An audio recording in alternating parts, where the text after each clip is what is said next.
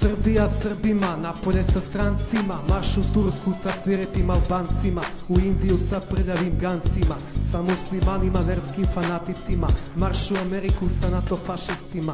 Nisam skinhead, samo pravoslavno orijentisan, poštujem veru svoju, u crkvi zapisan. Špijuni su među nama, Srbija ostala si sama, vršlja ko kako stigne, al neće doveka tako da bigne. Kosovo i Metohija opet će biti narodna Srbija, kada se uzdigne carska Rusija, sunce slobode Srbima će sija. Platit ćete prokleti kučkini sinovi za sve naše suze i strašni bolovi.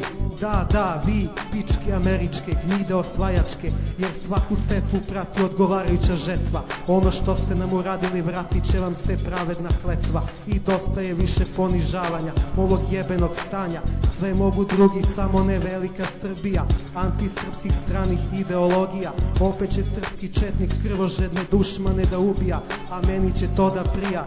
Sisajte nam kurac Mostada i Cija. Srbija, zemlja Srba, naša je parola, više neće biti bolesna i gola. Uništit ćemo svetskog đavola, a Amerikanac, svetski policajac, svuda traži koščani jadac, politički republikanac, a one gnjidi iz Hrvatske udarat ćemo im bombaste packe. Marš u Vatikan, pičke katoličanske, srpska krajina bila je i ostaće, deo srpstva, narodno kolo igraće.